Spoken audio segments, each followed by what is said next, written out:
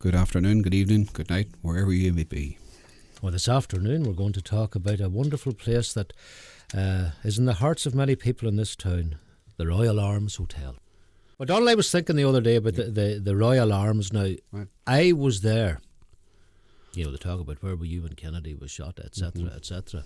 But I was in the Royal Arms when Thin Lizzy played. Right. I remember it was around the time that Whiskey in the Jar was in the charts. Now, that must have been about, I don't know, was it in the early 70s? Would have been, The early 70s. And I'll tell you, actually, my good friend Paddy Grugan and the Sweeney brothers, Tom and Jimmy, great folk musicians, were playing, I think, with John Doherty from Gorchin down in the Barrel and Basket. Yes. Barney Curley's place at the bottom of Right. Castle Street. And they were playing a fine array of folk music. And I begrudgingly left them and trudged the whole way up Castle Street, made my way down the hill, past the courthouse, and went into the Royal Arms to hear Thin Lizzy. And as they say in parts of County Derry, was scundered. Not my kind of music at all. I just couldn't wait.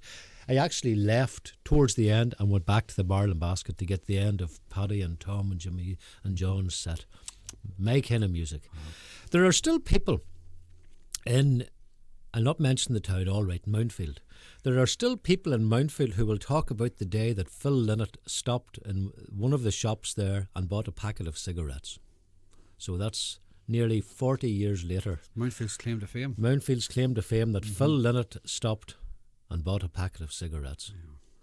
You know, so fame indeed. Yes. You know, but the Arms had a great atmosphere about itself. It was, I suppose, it was a commercial hotel, but it had, you know, there was a great warmth about it. You know, when I'm in my mind's eye, let's say I'm going down the entry, and you go in there to the tavern, to your right hand side, and you remember the tartan carpet and the tartan on the walls and the brass fittings and the brass accoutrements. What was under the stairs? Was it a place for collecting money?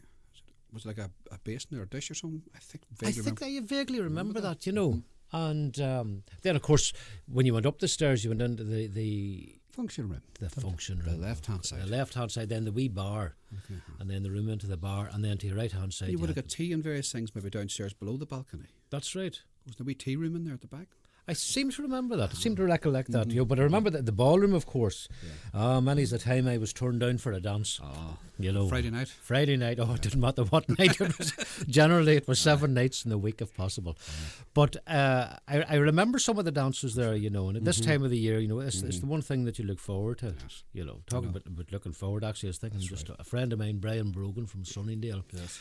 He used to talk. He says, there's nothing like a Thursday. I says, what do you mean? A Thursday, he says. He says, Sounds Day, Herald Day, and Bin Day. Good. so that his musical tastes were catered for, the local tastes were catered for, and the dump was catered for. You know? All sorted in one. All sorted in the one day. Thursday afternoon. By Thursday afternoon, all was right with the world. You often think about the wee narrow steps and stairs up to the ballroom, Declan. I mean, health and safety today wouldn't have that. Oh, absolutely. You know, I remember, was it Paddy Crawford was one of the bouncers, and Billy Hannigan. Right. And your man McBride, I can't remember his first name. How they could have kept those crowds in control up and down those steps. That's right. But and you remember when you walked onto the entry, you could hear the noise of the dancing. That's right. And the noise, the thumping. That noise, that feel of excitement when you're queued back there. That was it, you know.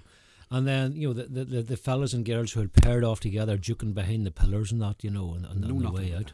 Absolutely, you know, you would just stare and gaze in amazement, you know. But it was a kind of maybe a more innocent time, or maybe when you were growing up and as a teenager, you know, you know, it was a special kind of a time, a magical time. It was. I think when nobody ever does, think of the human side of the Waterson family, the trouble, the pain, just the general.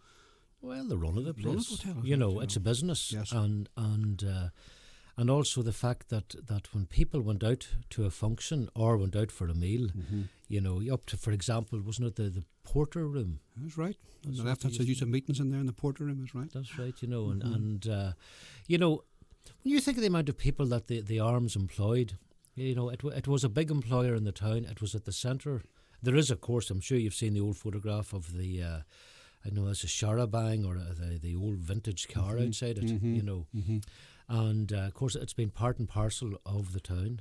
And you know, when you look at it now, you know, on the surface, it hasn't changed one iota. But of course, behind it, anybody who's left Omagh, the facade is there, but behind it, there's a completely new entertainment entity created by Mickey McElroy, known as Main Street. Yes. Number of bars there, and Very successful as well. absolutely, and a place to go to. It's an awful thing to think of when you go out for a night out in terms of safety, but gated at both ends. Yes.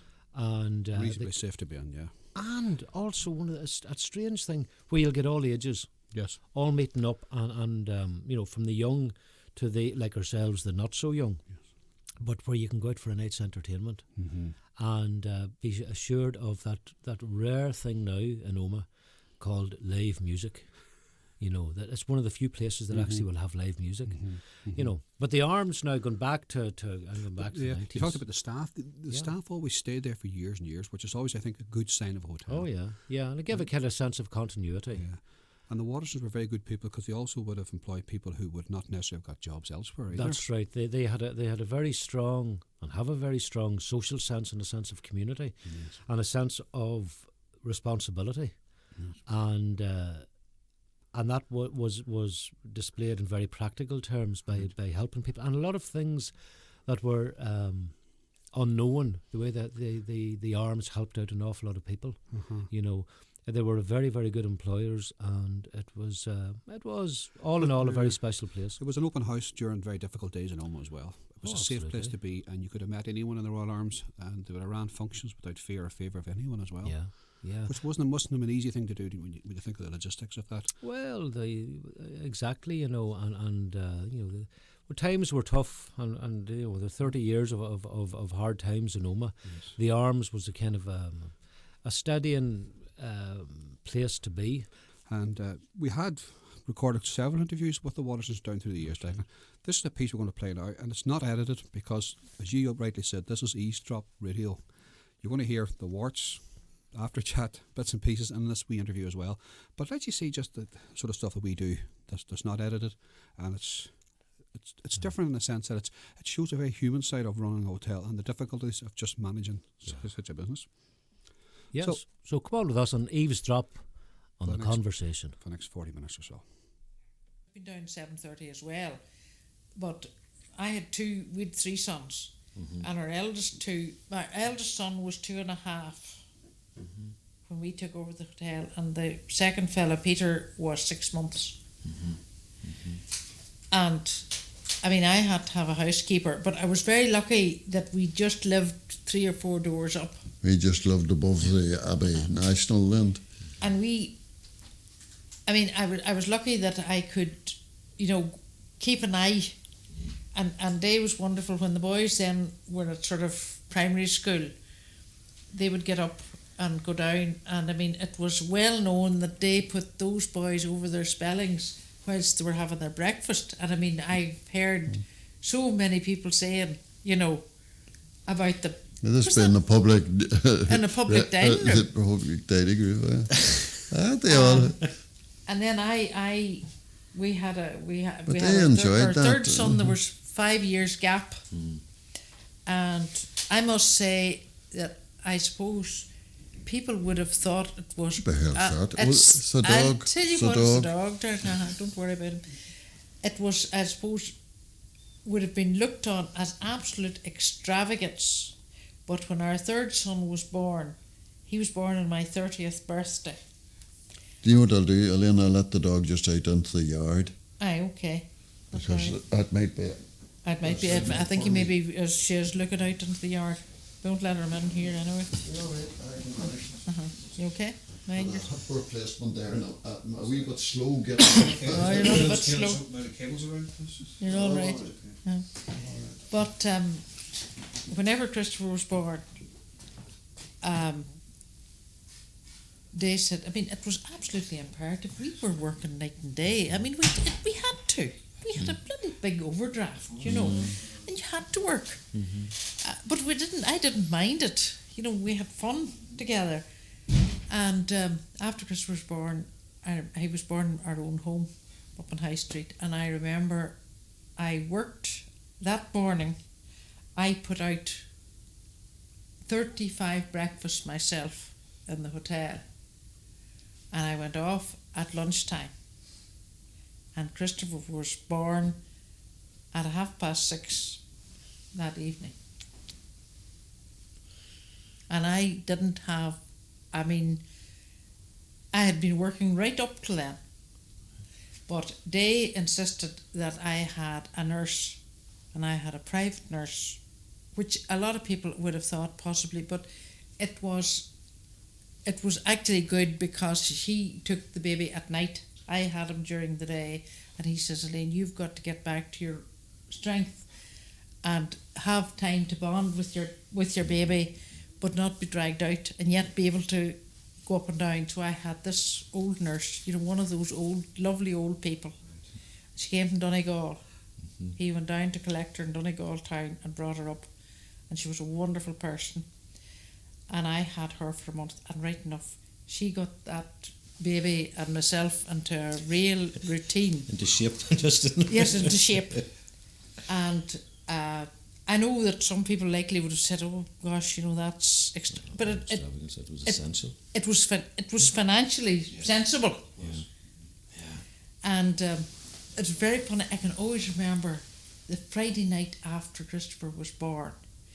They had Chubby Checker in the ballroom, and I knew what he had paid for this artist, and I thought, oh my God, I hope this comes off, because you're always worried about this.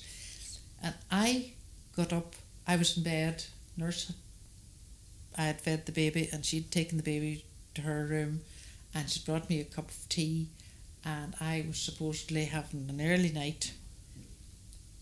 And she came back to check on me and found me hanging. Our bedroom was to the back of the house. I was hanging out of the window, listening to hear, because I sort of felt that if I'd hear the band and hear the noise, I would have an idea how successful the night was. Well, I could remember she put me back to the bed like a child. I'm saying about the night that Chubby Checker. He remembers. And I was hanging out the window, worrying like mad. Another lovely night was the night we had the Everly brothers. The unfortunate thing about the night that Christopher was born, yourself and the doctor.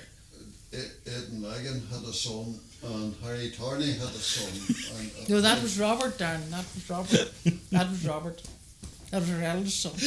Yes. That ended up something. I would say there Yes, was. well, that was the three of them. Yes, you could imagine that. Oh, You got some very big names in the Royal Arms. I had. oh, Well, any that stand out, any that would stick out in your memory for almost the good or ill? biggest name that we had was the one that I liked least of all, Jim Reeves. He wasn't a very pleasant person, to deal with. And yet the image is of this beautifully of mellow character, Gentleman Jim. But apart from him, I couldn't say a word against any of the performers. Some of them were very, very nice. Val Doonigan was a gentleman, and went out the next morning, had a round of golf. Right. tell them about Frank Ifield, and he was our best success of all, wasn't it? Funny enough, I used to do a lot of booking through a fellow that was connected with UTV, a fellow called Schultz Conway in Belfast, and he'd got me a lot of good artists, and he said, Dai, I want you to take an artist, and I said, who is it? He says, Frank Ifield. No, was it Engelbert? Engelbert. Engelbert Humperdinck. I said, I've never... Right. What? It was Frank Well, Ifield. no, it was Frank Ifield. It was you're right. Frank Ifield. It was Frank Ifield. And I said, I've never heard of him. He says, well, look, I'll make it a very attractive package. He says, £60. When I said, Schultz, you've done me an awful lot of good turns, and we're going to have a good dance anyway, and sure, if he does anything at all, we'll meet that cost. And Elaine, I'll never forget, we were down in the Long Strand in Port Stewart the Sunday before Frank Ifield was coming, and they were doing the top 20. And all of a sudden, I wasn't even expecting it. And I come to number one, of course, it was Frank Ayfield, I'll Remember You. And I come, and of course the place they were hanging from the rafters, it was tremendous. And Joe says to me, he says, you wouldn't have the heart to give me 60 pounds, would you? And honest to God, I was ashamed of it. I give him 100. You don't often get that. No. You don't. But you know, we used to, after it was over, those artists didn't want to go to bed anyway, you know the ones. And Austin Lynch, did you know Austin Lynch?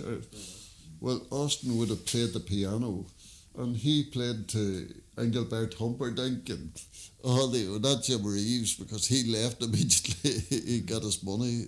But all those other artists, they would have gone down into the tavern, and we'd only let maybe 40 or 50 people into it when the dance would be over. And it was the greatest old session you'd ever see. It would have been 7 o'clock maybe before work. Another one that comes into my mind very much is Agerbilk. Maybe I told you the story that Mr. the afternoon Agerbilk. we were out. No. Well, Agerbilk came to us, and whatever night he came, we did not have accommodation for him and his band. We were fully booked. And so we booked him in either, I think it was to the Birches actually. But he arrived at reception, and in those days I would have spent a big percentage of my time in the kitchen. And I just arrived up at reception in a white coat as he was booking in, and I could hear my receptionist explaining, you know, Mr. Agerbilk, I'm sorry, you know, we do not have accommodation, but Mr. Waterson has you booked into the Silver Birch. And I could just hear him saying, no room. No. Yeah. No stay, no play. Yeah, no stay, no play. And I overheard this, and I just looked at him and I said, Mr. Agerbilk, no play, no pay. So we And ended of up the course, best of friends He then. didn't know who I was, you see, but he very quickly so of course inside 5 minutes he was away out and booked in, and at the end of the night he summoned me to make his peace with me, you know. But I just arrived at the particular, he was going to give the receptionist a hard time. He really Austin did. Lynch, Very good. Austin Lynch, he accompanied all these people. He loved it. But you know, We all loved it. I mean, some you wonderful. could have got up and sung a duet with them too, you know. Did those performers generally have a band with them, or would there be a band? They would supplying? have had their own group. They would. Oh, And darn. then Yeah. sorry, go ahead. Sorry, no. I was going to say that we had nearly a resident band, hadn't we? Not Jimmy O'Neill. Jimmy O'Neill. Do you know Jimmy? Yeah. Surely. Yeah. Jimmy and the Jimmy. Swing Earls. He would have played support He'd have been band relief or band, Right. you relief know. band. And of telling the story, darling, of it when the place was bombed or the No, it was burnt. Burnt, it yes. had We had a a bad serious fire. fire, and Jimmy good. I was very fond, would still be very fond of Jimmy O'Neill. Yeah. I give him all this relief because nobody gave a damn, you know. It was He was before the dances really started, and he would have done, say, from 9 to 11. And they were only starting to come in then, anyway. And he'd got all, but Pat Chester's the Platter Men. It was Saturday night. It was burnt down, and Jimmy was standing on the Sunday at the top of the entry, looking down at this burnt out wreck. And the Platter Men, they were going down in their wagon to some engagement somewhere, and Pat Chester sticks his head out of the window and he says, "Hey skipper, did you not go down with the ship?"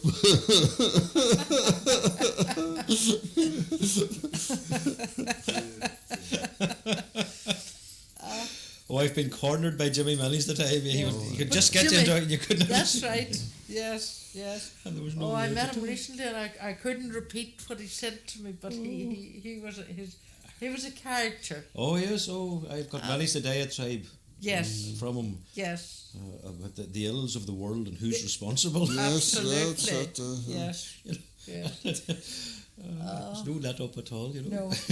No. But you know, we had some wonderful staff, young people that came to us. I was terribly interested in people who, I was a polio victim as a child. And although I trained as a nurse, I'm not going to bore you with that, but I was just so lucky because I had a mother who was very quick off the mark and saw to me and you know, I got treatment very quickly. But I spent 3 months in Dublin hospital, and at one stage I was in an iron lung, you know. But I've always been terribly interested in people who have either disabilities, either mental or physical. And we took on quite a few people who, on various schemes, you know, came to us for first of all, a sheltered employment. And it always pleased me so much that I think there was at least 3 or 4 that we took on under sheltered employment, but they became fully integrated and came up and were on a level with our other staff and getting the rate for the job and progressed on. And you know, some of them were the best staff you could have had. You talk about loyalty. There was one young girl came to me. I was asked to take her on for 18 weeks. She was a young receptionist now. She would have had a very slight petit mal, you know, which are very slight. She would have had just a wee turn occasionally. But we took her on and we trained her. And that girl went on to win Receptionist of the Year. And I was only giving her, she was on a scheme with me for 18 weeks. And I remember the department rang me up and said, now you've had her for 18 weeks, now we've found a job for her. So I said, and where have you placed this young girl? And they said, and in actual fact it was with what do you call him, John Hurley in the Portaferry Hotel. And I said, right, you are telling me that after 18 weeks this girl is fully ready to go out into a job, and yet in our college, Omagh College of Higher and Further Education, it takes so long, nearly 2 years to train a receptionist. And I said, I can tell you now, if you send that girl, and I said, John Hurley is a very good friend of mine, but I said, he's a small operation and he will expect that girl to be all things to all people. He will expect her to be 1 minute in the dining room, another minute in the reception. She'll be totally confused and she won't have somebody to overshadow her, to just, you know, to look after her. And you know, I won my case and they didn't send her. And they allowed her to stay, and I said, if you will leave her with me for another, I actually asked for another 6 months. I said, I think I possibly will have a position which she'll be ready to take. And it worked out. Excuse me, is the noise of that fire, could I turn it off? You don't mind, We'll just switch it off with the plug here. No, it's the other plug at the side. Knock it onto a lower heat, I think maybe it will. Or she put it off at the plug day.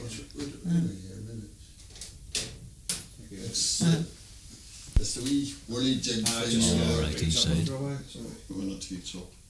But anyhow, that young girl got full-time employment with me and stayed for quite a long time. She went from me to the Wellington Park, and she went down then to Dublin and got a very good job in one of the hotels in Dublin. Is now married, happily married, with a young family of her own. And I never ceased to get a letter twice a year. Another girl who came to us, and she came just to do washing dishes, but she worked on, and Una became one of our most respected workers in the kitchen. And she'd been in Bayview in Derry. And before we had finished, she had got her driving license. She was going to America on her holidays once a year. And she now, everybody said to me, oh, you know, too bad, how are these people going to get work? I said, I can tell you, every one of my staff will be re-employed, because I said they're all so good and there's such a scarcity. And I said, and you don't worry about Una. And then there's another wee fella, Louis O'Kane, who was in the tavern. All of them are well employed and working, and that pleased you. But that was the thing that always struck me about the Royal Arms. It had that sense of maybe community or responsibility. Yes. Now it's now fashionable, because you would say it's now advertised. Yes. And perhaps grants available, but that was long before. Yes. You know, that was unheard of. But I mean, our staff did it. Yeah. You know, as much it wasn't only ourselves, but they fought. You know, they took these people under their wing. Where did that come from? You know, was it because of your own experiences of polio, or was it maybe I think we were just caring, and I don't want to overstep it, but was it a kind of a religious thing that you feel that, you know, you give back to the community, you know? No, just to treat them as human beings. And treat them as equals. If they showed their ability, to give them help them all you build could. up their own self-esteem. Did you come up against any opposition from outside the hotel? You know, people who sensed, I'm not going to get into the hotel because you never know what these people will do. Did you ever come across any antagonism like that, or any negativity like that? No, not really. No. In the early days, I do have to tell you, I mean, in the early days, we would have had a great number of staff who lived in, and we had staff quarters. And in the early days, I mean, I went down every Sunday morning and made sure that all those staff went out to their house of worship. There was a young fella, he'd only just started as junior boots in the hotel, and Elaine says, come to Saturday night. She says to him, now I've arranged for so-and-so to take you to Mass tomorrow morning. They'll be going themselves, and I want to see you go up and go to Mass. I go back half an hour later, but he says, I'm Church of Ireland. So, you're missing as well. Yes, but I felt, I mean, I really did feel duty bound, because there were always people designated to see but if we had another lovely, even if we didn't go ourselves. Lovely story. One week I got a phone call from I think it was the Tyrone Education Board. I don't know if it was the Western Education Board in those days, but I got a phone call to say that there was this young lady who would be arriving. She was going to be educated at the academy, but would I give her accommodation for the weekend? So she duly arrived with a Father Raymond Kennedy, and she was from Dhaka. And she arrived, a wee, small lassie, absolutely frozen, with not the proper clothing or anything else, but she arrived anyway into the hotel, and I had her at the weekend. And the thing was that there was to be accommodation organised for her. So her name was Yasmin Khan. And when she arrived, because she had arrived with Father Kennedy, I automatically took it for granted that she was Roman Catholic. So I sort of came to the Saturday, I think she arrived on the Friday, and I said, right, I will arrange for Elizabeth Montague, my manageress at the time, to take you to, Darren, put that dog out, is it in the middle part? Is yours, right? I said, I will arrange for Miss Montague to take you to Mass in the morning.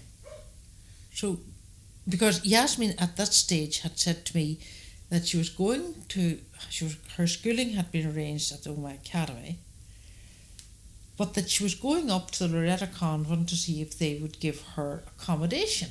And I thought, well, gosh, that's a bit off. You know, you're going to the academy and you're going to look to the nuns for accommodation. I thought, well, that'll not wash, you know. But not sort of wanting to poke my nose in. But I then said to her that Miss Montague would take her to Mass. And then she looked at me in horror and she said, oh, she said, but Mrs. Waterson, I'm Muslim.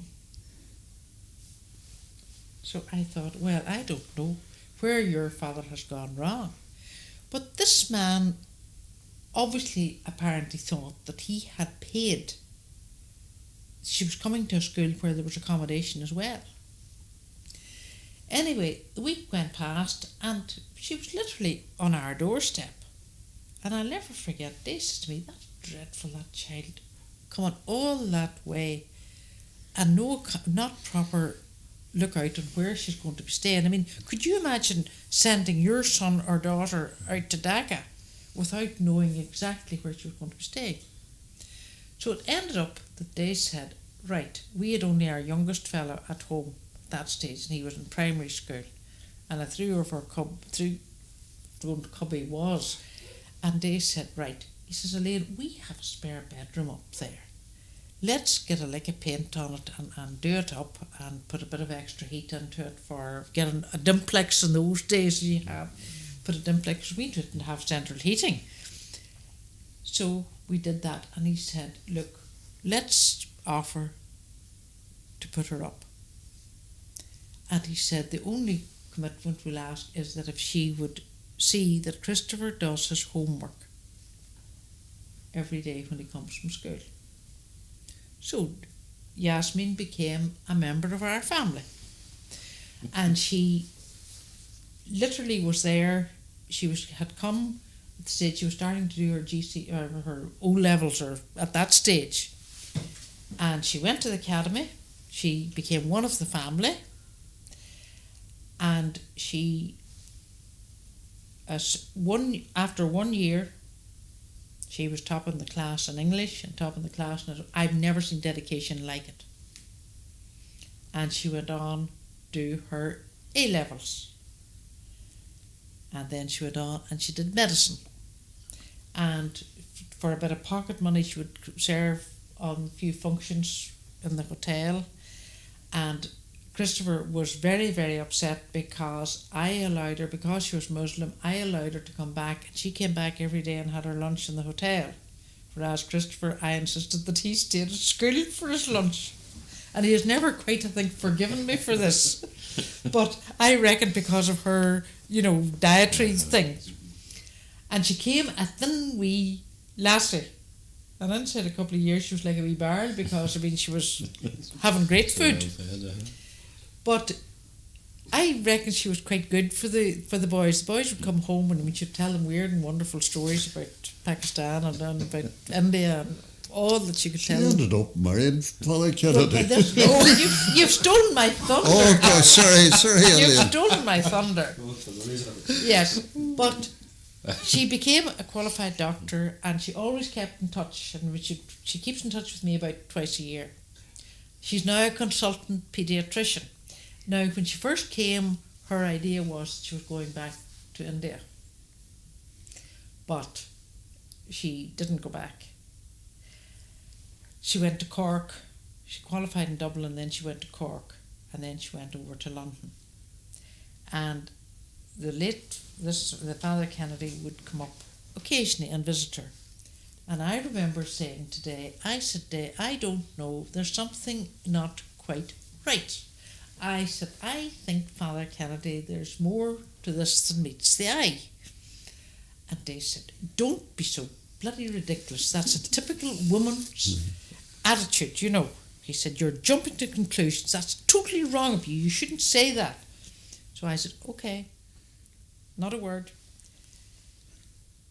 Yasmin goes to London, and I get a card at Christmas, and inside it she says, you will be surprised. Oh yes, and there was a photograph.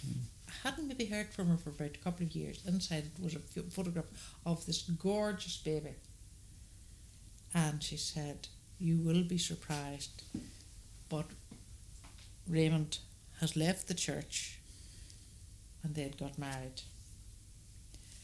And she has 2 children now, both doing well. Now he would have been, he would have been 20 or 25 years older than her.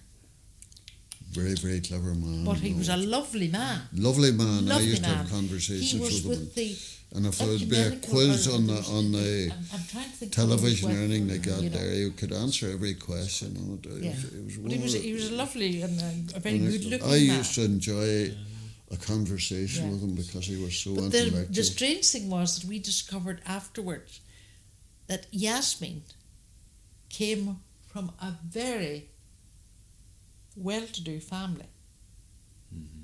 Her father was a doctor with his own private practice and was in actual fact much better off than we were. And we got, not that we looked for anything, but the family sent us a set of raffia mats that I could have bought at any. Once. Yes, that's the God's honest truth. But not that I regret it, because it was an experience. Why did they send it over? Was why they came? I don't know. I will never know that, how she arrived. I felt she gave something. Now, I discovered, we had an old kitchen in High Street, and there was an old Essie cooker. And, when you emptied the kettle, you filled it again and put it on. I discovered that child had never washed her clothes because they had servants to do everything. She didn't know how to do that. And we clothed her, and she went on holidays with us. Went everywhere she became. But after it was all over, I think then we got a plea, could we have the second daughter? And I remember Dave saying to me, Elaine, he says, listen, he says, I think charity begins at home. If we're going to take somebody else on, I think we might be taking somebody that maybe isn't more in need.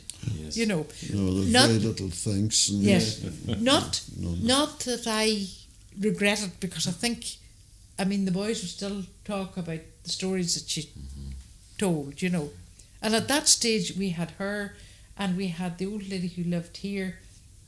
She became bedridden, and we had her in High Street. And she literally was bedridden, But Yasmin, the dedication was, and Ramadan and all the rest, and the fasting. We went through all this. Right. Like it's in Omagh. In Omagh. In the 1960s or the 70s, Yes. it must have been. I Would have suppose turned a everybody few thought. heads. I'm sure they all thought we were quite mad, or they possibly thought we were getting a fortune for it. That's right, yeah. Where there wasn't a penny. A menagerie of people in the I mean, house. absolutely, yes. Yes. And we had the one thing that I think about too is that our eldest son was actually used to sit out in his pram outside the house on the High Street in the morning, because we did not have a garden, because we had a sort of a backyard, and that based on to it would be where I was going to say Connor's chemist was, and that was all our thing. And the academy field was part of your father's, and your mother used to dry her washing down there in the academy field, and the horses. Going back before the war. Before the war, yes. That'd be early 30s. But Robert was reared in his pram as a baby. He would sat at our front door. Now, could you imagine any mother leaving her child out on a main street? And I had to bring him in before the youngsters came out from the academy, because the old shop, which was a sweetie shop, what is it now? Is it a... It's, what do you call Dead it? Winters? No, well, he did that part of it. And No, there's an optician's. an optician. Yes. Yeah. Well, the children used to come out, and they would go into Henley's old shop and buy chocolate and all the rest of it, and I would go to get Robert, and here he was, chocolate, his pram full of chocolate that the kids had been feeding him with, and a wee terrier dog that we had that lay underneath the pram. And our front door was never closed. We had an inside porch door. And I mean, on a Saturday night, you could have gone up that town and every window was lit up and you could have done your Christmas shopping looking at the... I mean, You'd there have was seen a lot of farmers' wives coming in just to window shop That's on, right. on a Saturday night, although Yes. the shops would be closed, but they would have just walked up and down to... There was never civility in the town that when it was safe to do that. That's right, That's it right. was. And I remember one Christmas, somebody gave our eldest fellow a donkey for Christmas. A farmer brought in this baby donkey, and that was Robert's Christmas present. And that wee donkey was brought into the tavern on Christmas Eve. When you couldn't have... That's a fact. How you didn't lash out and kill somebody, I don't know. But it was There there. it wasn't room to breathe in the And tavern. and the donkey was brought up. I mean, we had the field at the back, and the donkey was there, and the donkey was a jack donkey, and we never had him doctored or anything else. And there was a whole crisis one Sunday morning because the donkey broke out of the field and went up and was in the Sacred Heart at Mass. That's right. And that's a true story. That's true. And there was a great whirly-baloo. Well, do you think? Well, did the Troubles, was it the onset of the Troubles that changed that Omagh, or was it in a gradual change before that? No, I Looking think back it from this was the distance, Troubles. I do. And that- I blame the Troubles. I do. It destroyed the fabric of the town Did. itself. We could have had, and we did have. We would have had a Gaelic dinner in the ballroom and an orange dinner in the function room. Mm-hmm. And they would have been buying other drink at the end of the night and them slapping round each other. And not a bit of bother. And the Troubles kind of polarised the whole thing. I mean, you see, the- you had the 12th of July and you had the 17th of March, and my staff would have been lying out the front windows looking and pointing out, and one would be nudging the other and saying, look at how Johnny's so and so, look at the way he's marching today, and look, and they were all dochter old men, and there was no, I mean, especially the Orange Order, there was no young people in it. They were all sort of dying off. I mean, they would hate me to say that. I could say it very well because neither they or any member of ours are in the, you know. It was a bit like the Hibernians, so they were. This was a day, and Old, yeah. it was a laugh, you know. It was a day out for everybody, That's right. That's right. and we looked forward to it. If it was the 12th of July, you got as many staff as you could, and their whole idea was to get as much in the till as possible, and it was the same for everybody else in the town, and the same on St Patrick's Day. I'll tell you a nice story about that. It was one Sunday morning, I think I was at church, and I was coming down the courthouse hill, and here there was the Irish National Foresters had a parade in Omagh, and I started to think, here's a turn in the bar and a turn in the restaurant. I got on the phone as quick as I could, got all the part-time staff I could in, and that time there was an old blacksmith in Omagh called Johnny Braden, wonderful character, lovely man. But Johnny had one fail and he took too much drink. But he was always a gentleman, even with the drink he took. But anyway, I said, Johnny, I want you to stand at the door of the hotel, and unless it gets very packed, you know, show them where to go.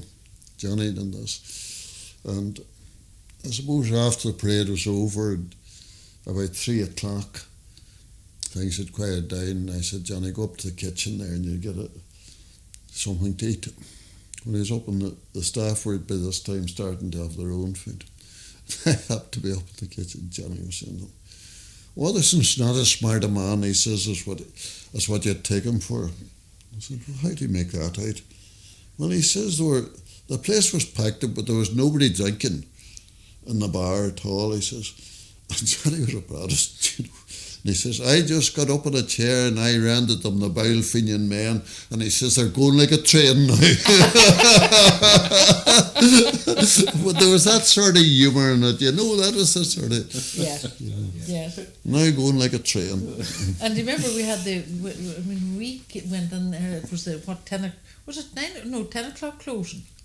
10 o'clock closing. 10 o'clock closing. Uh-huh. That's right. And Johnny used to always stand at the front door. on a Saturday night And let them, you know, and let them then if they were after, anyway you know. decent at all, let them in, you know. And of course we had a public telephone at the just at the bottom of the stairs beside the front door.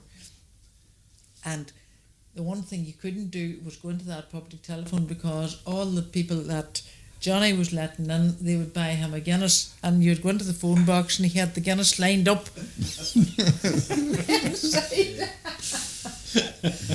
I remember you had was it a fountain or something under the stairs? Oh, That's right, yes, yes, that's right. that's That was right. quite later on. That would have been, yes, it would have been in the 60s, yeah, and like an Remember old, Johnny telling the story?